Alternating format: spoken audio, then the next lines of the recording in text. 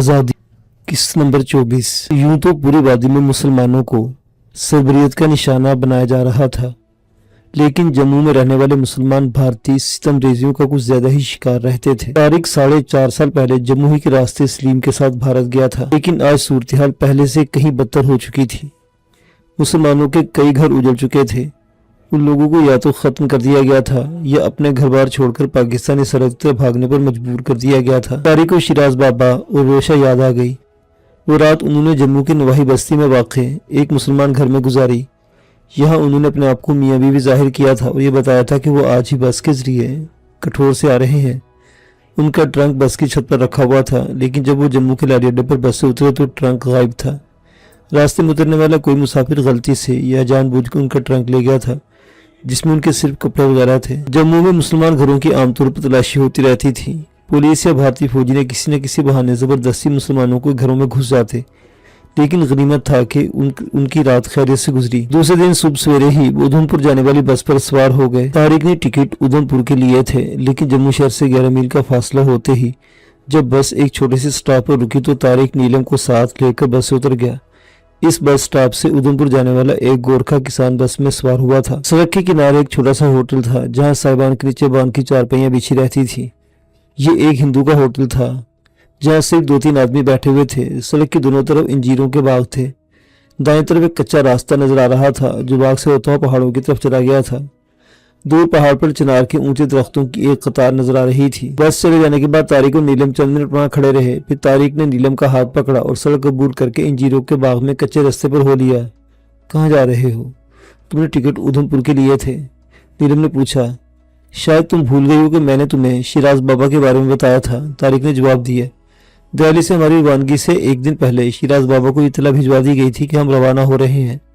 Programme के मुताबिक हमें अगरचे सीधा श्रीनगर जाना था, मगर गड़बड़ की वजह से हमें रास्ता तब्दील करना पड़ा। शिराज बाबा को भी हमारे बारे में इतला मिल चुकी होगी, हम उससे प्रोग्राम का पता चल जाएगा। तुमने शिराज बाबा की पोती के बारे में बताया था, क्या नाम था उसका? रोशा, तारिक ने कहा। बहुत बहादुर लड़की है, मैं उसकी जरूरतों बेबाकी से बेहद मुतासर हुआ था। चलो इस बहाने में उससे भी मिल लूंगी, नीलम ने मुस्कुराते हुए कहा। वो अंजीरों के बाग से निकलकर खुली जगह पर आ गए। आगे ऊंचे नीचे टीले और चट्टानें थी। धूप में चट्टानें तप रही थी, वो पसीने में शराबूर हो रहे थे। ऊंचे नीचे रास्तों पर चलते हुए नीलम बुरी तरह हाँप रही थी। इन संगलाख चट्टानों पर कोई ऐसा दरख्त भी नजर नहीं आ रहा था जिसके साए में वो कुछ देर के लिए रुक जाते। इतनी दूर जाना है तारिक? मुझसे तो बिल्कुल नहीं चला जा रहा, नीलम ने एक जगह रुककर हाँपते हुए कहा। तकरीबन 1.5 कोस उस चट्टान के पीछे शिराज बाबा की बस्ती है। तारिक ने एक चट्टान की तरफ इशारा किया। चट्टान के नीले पत्थर धूप में चमक रहे थे। वो कुछ देर रुकने के बाद फिर चलने लगे। एक टीले पर से घूमकर तारिक रुक गया। उस जगह रास्ते की बाईं जानिब एक बहुत बड़ा गहरा खड्ड नजर आ रहा था। तारिक उस खड्ड की तरफ देख रहा था। यही वो खड्ड था जहाँ उसने भारतीय फौजियों को जीप समेत जहन्नुम हासिल किया था। और फिर वो मंजर उसकी आंखों के सामने घूम गया। जीप पर सवार भारतीय फौज उसकी तलाश में शिराज बाबा की बस्ती में आए थे। तारिक मवेशियों वाले कमरे में भूसे के ढेर में छुप गया था, और जब रोशा की चीख सुनकर वो कमरे से बाहर निकला तो उसका खून खोल उठा था। एक भारतीय फौजी रोशा को खींचकर अपने साथ लिपटाने की कोशिश कर रहा था और रोशा चीखते हुए उसके सीने पर घूंसे बरसा रही थी। तारिक ने न सिर्फ रोशा को भारतीय फौजियों की दस्तराजी से बचाया था, बल्कि उन्हीं के हथियारों से उन्हें मौत के घाट उतार दिया था, और फिर उनकी तलाशी जीप में डालकर जीप को उसने गहरे खड्ड में रुका दिया था। रोशा का मासूम सबीह मली चेहरा तारिक की निगाहों में घूम रहा था। रोशा के तस्वुर से वो अपने आप में एक अजीब सी कैफियत महसूस करने लगा। उसके सीने में गुदगुदी का एहसास फैलता चला गया। वो उस चट्टान के करीब पहुंच गए जिसकी दूसरी तरफ नशेब में शिराज बाबा की छोटी सी बस्ती थी। चट्टान के ऊपर से घूमकर वो एक बार फिर रुक गया। दूसरी तरफ तहद्दे निगाह सब्जा फैला हुआ था। वादी के नशेब में दरख्तों के झुंड के करीब वो छोटी सी बस्ती थी, लेकिन उस बस्ती पर निगाह पड़ते ही उसका दिल उछलकर हलक में आ गया। ये बस्ती सिर्फ चंद घरों पर मुश्तमिल थी और बेशतर मकान जले हुए नजर आ रहे थे, जबकि बाज़ मकानों की जगह मलबे के ढेर दिखाई दे रहे थे। नीलम जल्दी चलो, वो बस्ती। वो जुमला मुकम्मल किए बगैर नीलम का हाथ पकड़कर नशेब की तरफ जाने वाली पगडंडी की तरफ दौड़ा। नीलम भी बस्ती के मकानों को देख चुकी थी, इसलिए उसे तारिक से मजीद कुछ पूछने की जरूरत नहीं पेश आई। वो तारिक के साथ दौड़ती रही। कई मरतबा वो गिरते गिरते बची। उसने कई मरतबा तारिक से हाथ छुड़ाना चाहा, मगर कामयाब नहीं हो सकी। तारिक उसे ढलान पर घसीटा लिए जा रहा था। चंद मिनट बाद वो बस्ती के सामने पहुंच गए। طارق اس طرح بستی کے جلے ہوئے مکانوں اور ملبے کی طرف دیکھ رہا تھا جیسے اسے اپنی آنکھوں پر یقین نہ رہا ہو۔ وہ پل کے جھپکنا بھی بھول گیا تھا، نظریں جیسے پتھرا گئی تھی۔ نیلم اس کا بازو پکڑے اس کے ساتھ لگی کھڑی تھی۔ یہ سب کیا ہوا طارق؟ نیلم کے ہونٹوں سے سرگوشی نکلی۔ طارق جیسے ہوش میں آ گیا۔ وہ نیلم سے اپنا ہاتھ چھڑا کر شیراز بابا کے مکان کی طرف دوڑا۔ مکان جلا ہوا تھا، تینوں کمروں کی چھتیں گر گئی تھی، ایک ایک چیز جل کر راکھ ہو گئی تھی، کچھ بھی نہیں بچا تھا۔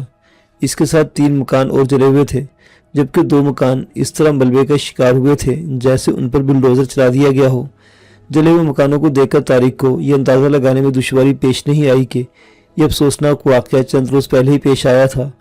جلی ہوئی لکڑی کی بو ابھی تک محسوس ہو رہی تھی۔ طارق بستی کے تمام مکانوں میں گھومتا رہا، اسے جلے ہوئے مکانوں میں کچھ سوختہ ڈھانچے بھی نظر آئے۔ طارق کا دل اچھل کر حلق میں آ گیا۔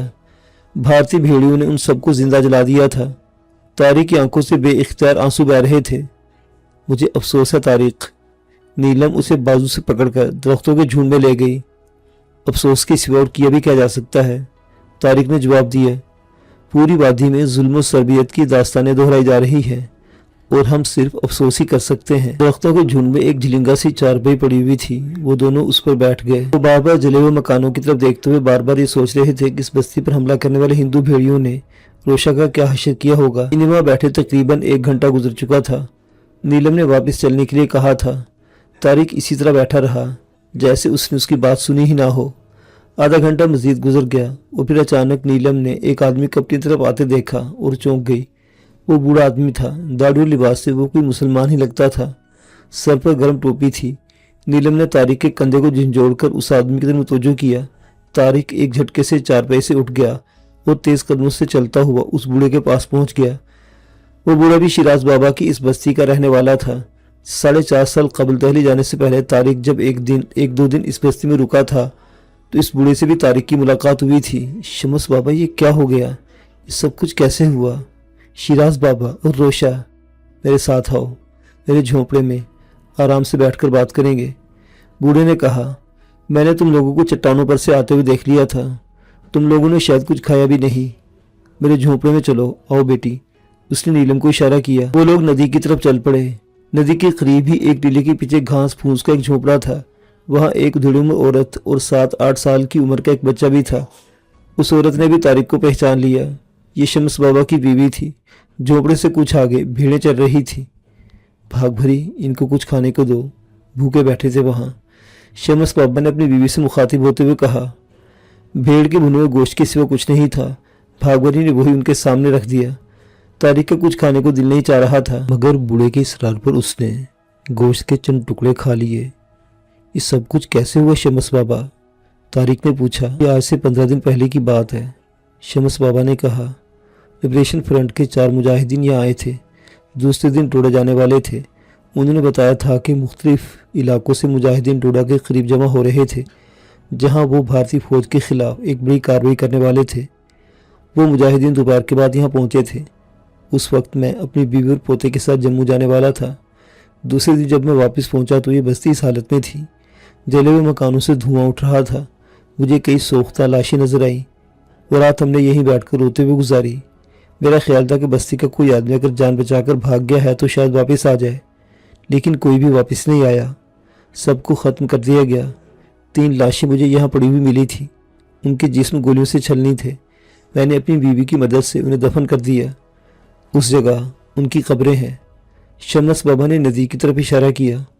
دوسرے دن سڑک کے ساتھ بنے ہوئے ہوٹل والا ہندو بسنت رام یہاں آیا۔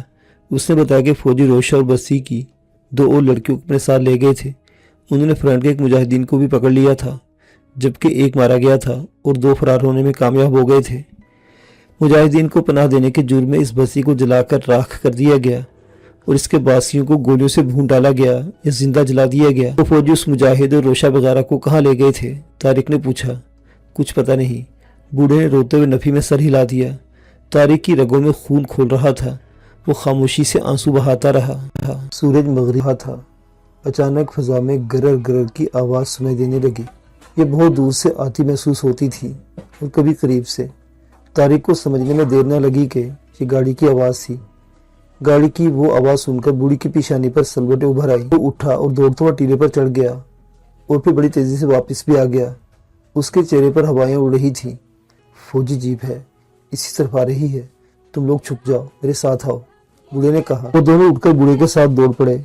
ندی کے کنارے ایک چٹان میں ایک غار سا بنا ہوا تھا۔ غار کے اندر پانی بھرا ہوا تھا۔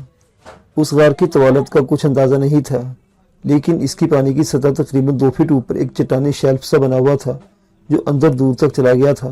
طارق پانی میں داخل ہو کر اس شیلف پر چڑھ گیا اور پھر اس نے نیلم کو بھی اوپر کھینچ لیا۔ بوڑھا جھونپڑے میں واپس چلا گیا۔ 2 منٹ گزر گئے۔ جیپ کے انجن کی آواز سنائی دیتی رہی، پھر یہ آواز بند ہو گئی۔ جیپ غالباً جھونپڑے کے قریب آ کر رکی تھی۔ کچھ دیر بعد پہلے چیخوں کی آواز ابھری، پھر فائرنگ کی آواز سنائی دی۔ چیخوں کی آواز فائرنگ کی آواز میں دب کر رہ گئی۔ طارق نے نیلم کو شیلف پر قدرے پیچھے دھکیل دیا اور خود کنارے پر سینے کے بل لیٹ گیا۔ اس کے دل کی دھڑکن خطرناک حد تک تیز ہو گئی تھی۔ کچھ دیر بعد بھاری قدموں کی آواز سنائی دی جو چٹان کے دہانے پر آ کر رک گئی۔ تم اس غار کے اندر جا کر دیکھو، اس غار کے سوا چھپنے کی اور کوئی جگہ نہیں۔ آواز سنائی دی، جناب اس غار میں تو پانی بھرا ہوا ہے۔ دوسری آواز سنائی دی، وہ غالباً پران تھا۔ پانی زیادہ گہرا نہیں، 10 قدم اندر جا کر دیکھ لو، اگر وہ قابو میں آ گئے تو تمہارے بارے نیارے ہو جائیں گے۔ تم جانتے ہو نا کہ ہر کشمیری دہشت گرد کی گرفتاری پر حکومت ہند کی طرف سے انعام مقرر ہے۔ یہ انعام تمہیں کو ملے گا۔ اندر جاؤ، یہ ٹارچ لے لو، پہلی آواز نے کہا۔ چند سیکنڈ خاموشی رہی، پھر شڑپ شڑپ کی آواز سنائی دینے لگی۔ طارق کو یہ سمجھنے میں دیر نہیں لگی کہ پران غار میں داخل ہو رہا تھا۔ وہ شیلف کے کنارے سے کھسک کر نیلم کے قریب پہنچ گیا۔ نیلم خوف کے باعث ہولی ہولی کپ کپا رہی تھی۔ اچانک غار فائرنگ کی آواز سے گونج اٹھا۔ طارق نے بڑی پھرتی کا مظاہرہ کرتے ہوئے نیلم کے منہ پر ہاتھ رکھ دیا تھا۔ پران نے غالباً حفظ متقدم کے طور پر غار میں سب مشین گن کا برسٹ مارا تھا۔ اس کے ساتھ ہی غار میں مدھم سی روشنی پھیل گئی اور شرپ شرپ کی آواز دوبارہ سنائی دینے لگی۔ پران آگے بڑھ رہا تھا۔ طارق ایک بار پھر بڑی احتیاط سے سینے کے بل رینگتا ہوا شیلف کے کنارے پر پہنچ گیا۔ پران ان سے 2 قدم آگے نکل چکا تھا۔ اس نے دونوں ہاتھوں سے سب مشین گن تان رکھی تھی اور ٹارچ بغل میں دبائی ہوئی تھی۔ اس جگہ پانی پنڈیوں سے زیادہ گہرا نہیں تھا۔ طارق اپنی جگہ سے آگے سرک گیا۔ پران ان کے عین سامنے کھڑا تھا اور پھر طارق نے اچانک ہی اس پر چھلانگ لگا دی۔ اس کا ایک ہاتھ ان کے منہ پر اور دوسرا سب مشین گن پر پڑا۔ پران کے لیے حملہ قطعی غیر متوقع تھا۔ وہ بری طرح بدحواس ہو گیا۔ طارق نے اس کے ہاتھ سے سب مشین گن چھین کر چٹانی شیل پر ڈال دی اور پران کی گردن دبوچ کر اسے نیچے گرا لیا۔ پران کا سر پانی میں ڈوب گیا۔ وہ بری طرح ہاتھ پر مار رہا تھا، مگر طارق نے اسے اس وقت تک نہیں چھوڑا جب تک اس کی مزاحمت ختم نہیں ہو گئی۔ پران کو پانی میں چھوڑ کر طارق نے شیل پر سے مشین گن اٹھائی اور غار کے دہانے کی طرف بڑھنے لگا۔ غار میں تاریکی تھی، مگر باہر ہلکی سی روشنی تھی۔ باہر والے اسے نہیں دیکھ سکتے تھے، مگر وہ باہر والوں کو دیکھ رہا تھا۔ وہ 3 آدمی تھے جو غار سے چند گز دور کھڑے تھے۔ 2 فوجی تھے جنہوں نے سب مشین گنیں سنبھال رکھی تھی، اور تیسرا دھوتی کرتے میں تھا۔ کرتے پر اس نے نیلے رنگ کا لمبا سا کوٹ پہن رکھا تھا۔ طارق نے اسے پہچان لیا۔ وہ سڑک کے کنارے پر واقع اس چھوٹے سے ہوٹل کا ہندو مالک تھا جہاں صبح طارق اور نیلم بس سے اترے تھے۔ طارق کو یہ سمجھنے میں دیر نہ لگی کہ فوجیوں کو یہاں لانے والا وہی تھا۔ طارق چند قدم آگے بڑھا۔ اب تینوں اس کی زد میں تھے۔ اس نے سب مشین گن سیدھی کی اور ٹریگر کھینچ لیا۔ دونوں فوجیوں اور دھوتے والے ہندو کی کھوپڑیں اڑ گئی۔ وہ کوئی آواز نکالے بغیر ڈھیر ہو گئے۔ طارق تیزی سے غار سے باہر آ گیا۔ اس نے چاروں طرف دیکھا اور کوئی نہیں تھا۔ اس نے نیلم کو آواز دے کر بلا لیا۔ جب وہ جھونپڑے کے قریب پہنچے تو نیلم کے حلق سے بے اختیار خوفناک چیخ نکل گئی۔ جھونپڑے کے سامنے بوڑھے شمس بابا، اس کی بیوی بھاگ بھری اور پوتی کی خون میں لت پت لاشیں پڑی تھی۔ طارق پر بھی سخت سا طاری ہو گیا۔ ان تینوں نے اپنی جان قربان کر دی تھی، لیکن بھارتی فوجیوں کو ان کے بارے میں نہیں بتایا تھا۔ طارق کو جھونپڑے کی پچھلی طرف سے ایک کدال مل گئی۔ اس نے ندی کے کنارے نرم جگہ پر زمین کھودنا شروع کر دی۔ تقریباً 1 گھنٹے میں وہ خاصا گہرا گڑھا کھود چکا تھا۔ اس نے نیلم کی مدد سے شمس بابا بھاگ بھری اور ان کے پوتوں کی لاش گڑھے میں ڈال کر مٹی برابر کر دی۔ وہ ان کے لیے یہی کر سکتے تھے۔ انہیں دفنانے کے بعد طارق غار کے سامنے بھارتی فوجیوں کی طرف متوجہ ہو گیا۔ اس نے دونوں فوجیوں کی وردیاں اتار لی اور ان کی برہنہ لاشیں وہیں چھوڑ کر جھونپڑے کے پاس آ گیا۔ حیرت انگیز طور پر وردیوں پر خون کا کوئی دھبا نہیں تھا۔ اس نے ایک وردی نیلم کی طرف بڑھائی۔ جھونپڑے میں جا کر یہ وردی پہن لو۔ ہم تاریکی سے فائدہ اٹھاتے ہوئے اس فوجی جیب سے زیادہ فاصلہ طے کرنے کی کوشش کریں گے۔ نیلم اس کا مطلب سمجھ گئی۔ اس نے جھونپڑے میں گھس کر اپنے لباس کے اوپر ہی وہ فوجی وردی اس طرح پہنی کہ उसका लिबास तकरीबन छुप कर रह गया। यूनिफॉर्म पर फौजी जैकेट की वजह से इसके सीने के उभार भी किस हद तक दब गए थे। बालों को समेटकर उसने टोपी में छुपा लिया था। तारिक भी इस दौरान आड़ में होकर दूसरे फौजी की वर्दी पहन चुका था। उसने भी वर्दी लिबास के ऊपर ही पहनी थी। वो तैयारों को जीप में सवार हो गए। क्या ये लाशें यहीं पड़ी रहेंगी? नीलम ने पूछा। हाँ, इन्हें कुत्तों और भीड़ों की खुराक बनने दो, तारिक ने स्टीयरिंग के सामने आते हुए कहा। उसने डैशबोर्ड से खाने में हाथ डालकर कुछ कागजात निकाल लिए और हेडलाइट रोशन करके नीचे उतरा। हेडलैम्प्स की रोशनी में उसने कागजात का जायजा लिया, जिससे पता चला कि पेट्रोलिंग जीप थी वो जो जम्मू से उधमपुर के दरमियान चलती रहती थी। उस जीप का ताल्लुक जम्मू की एक फौजी यूनिट से था। जिन फौजियों की वर्दी उन्होंने पहनी थी उनकी जेबों में उनके पास भी थे। उसने दोनों पास बॉक्स का जायजा भी ले लिया, फिर स्टीयरिंग के सामने इंजन स्टार्ट कर दिया। नीलम ने दोनों फौजियों की सब मशीन गनें भी उठाकर जीप में रख ली। पहाड़ियों से निकलकर वो पक्की सड़क की तरफ रवाना हो गए, लेकिन तारिक ने सड़क पर इंजीनियर को बाग वाला रास्ता इख्तियार करने के बजाय जीप को एक और कच्चे रास्ते पर इस तरह ला के एक तवील चक्कर काटने के बाद जब पुख्ता सड़क पर पहुंचे तो हिंदू के होटल से कई मील दूर निकल चुके थे। सड़क पर पहुंचते ही तारिक ने रुख उधमपुर की तरफ मोड़ दिया। उधमपुर तक रास्ते में उन्हें कोई दुश्वारी पेश नहीं आई। शहर से तकरीबन 2 मील तारिक ने जीप रोक ली। आगे एक चेक पोस्ट थी और तारिक जानता था कि इस चेक पोस्ट पर बड़ी सख्त चेकिंग होती है। वो अगरचे फौजी जीप में थे और फौजी वर्दी में थे, लेकिन मामूली सी बात उन्हें मौत के मुंह में पहुंचा सकती थी। तारिक दोनों हाथ स्टीयरिंग पर खामोश बैठा सोच रहा था। यकायक उसके दिमाग में झमाका सा हुआ और वो गहरी निगाहों से नीलम की तरफ देखने लगा। क्या देख रहे हो? नीलम ने पूछा। कपड़े उतार दो, तारिक बोला। क्या बक रहे हो? नीलम बदहवास हो गई। मम, मेरा मतलब है फौजी वर्दी उतार दो, चेक पोस्ट गुजरने की है। मेरी एक तरकीब मेरे जहन में आई है, इसके सिवा कुछ चारा नहीं, तारिक ने कहा। नीलम पूरी तरह उसका मतलब नहीं समझ सकी थी, लेकिन उसने बहरहाल तारिक की हदायत पर अमल करते फौजी वर्दी उतार दी। वर्दी के मौजूद था। तारिक फौजी वर्दी में जीप की सीट के नीचे छुपा दी और एक बार फिर नीलम की तरफ देखने लगा। अब क्या देख रहे हो? क्या मेरे ये कपड़े भी उतरवाना चाहते हो? नीलम ने से घूरा। ऐसी ही बात है, अगर तुम खुद कपड़े नहीं उतारोगी तो ये काम मजबूरन मुझे खुद करना पड़ेगा, तारिक बोला। तुम्हारा दिमाग तो खराब नहीं हो गया? नीलम घुर्राई। यही समझ लो, तारिक कहते हुए अचानक ही नीलम पर झपट पड़ा। नीलम के मुंह से हल्की सी चीख निकल गई। वो अपने आप को बचाने की कोशिश कर रही थी, मगर तारिक पर जैसे जुनून सा तारी हो चुका था। वो नीलम का लिबास नोच रहा था। नीलम ने उसे पीछे धक्का देने की कोशिश की। तारिक का हाथ उसके गिरबान पर था। एक जोरदार झटका लगने से नीलम की कमीज सामने से फट गई और फिर दूसरे लम्हे नीलम का एक कंधा भी बरहना हो गया। नीलम अपने आप को बचाने की जिद्दोजहद कर रही थी। उसने तारिक का मुंह नोच लिया। उसके तेज नाखूनों ने तारिक के चेहरे पर कई खराशें डाल दी, जिनसे खून रिसने लगा था। अपने आप को बचाने की कोशिश में नीलम के मुंह से हल्की हल्की चीखें भी निकल रही थी। उस वक्त उसके ज़हन में सिर्फ एक ही बात थी कि शायद तारिक का दिमाग खराब हो गया है। दिल्ली से रवाना होने के बाद ऐसे कई मौके आए थे जब तारिक अगर चाहता तो नहायत आसानी से अपनी हवस की प्यास बुझा सकता था। 2-3 मौके ऐसे भी आए थे कि वो एक ही कमरे में सोए थे, लेकिन तारिक ने कभी उसकी तरफ आंख उठाकर भी नहीं देखा था। लेकिन इस वक्त तो शायद तारिक का दिमाग खराब हो गया था और फिर यकायक तारिक ने उसे छोड़ दिया। नीलम ने जीप से छलांग लगाने की कोशिश की, लेकिन तारिक ने उसे पकड़ लिया। आराम से बैठी रहो, हम आगे चल रहे हैं। तारिक का लहजा बिल्कुल नॉर्मल था। नीलम ने एक बार फिर चौंक उसकी तरफ देखा। तारिक का अंदाज ऐसा था जैसे कुछ हुआ ही ना हो। ये क्या हरकत थी? मैं तुम्हें ऐसा नहीं समझती थी। नीलम ने उसे घूरा और फटी हुई कमीज समेटकर अपनी बरहंगी छुपाने की कोशिश करने लगी। ये बहुत जरूरी था। तारिक चेहरे पर खराश और रिश्ता हुआ खून पूछते हुए बोला। मैंने जो स्कीम सोची इसके लिए बहुत जरूरी था। मेरे कहने पर तुम अपने कपड़े तो उतार देती, मगर ये सब कुछ ना होता। इसने अपने चेहरे की तरफ इशारा किया। स्कीम? कैसी स्कीम? नीलम ने इसे घूरा। तारिक चंद लम्हे खामोश रहा, फिर उसे अपनी स्कीम समझाने लगा। नीलम के होंठों पर बेइख्तियार हल्की सी मुस्कुराहट आ गई। जीप के पिछले हिस्से में एक रस्सी पड़ी हुई थी। तारिक ने रस्सी उठा ली। नीलम के दोनों हाथ डैशबोर्ड के सामने लगे हुए एक पाइप के साथ बांध दिए। 1 इंच कुतर का ये पाइप न जाने किस मकसद से लगाया गया था, लेकिन इस वक्त तारिक के काम आ गया। नीलम सीट पर अकनू सी बैठी थी। उसके दोनों हाथ पाइप से बंधे हुए थे। उसका सीना और कंधा बरहना हो रहा था, लेकिन तारिक ने उसके देखा तक नहीं। वो सीधा होकर बैठ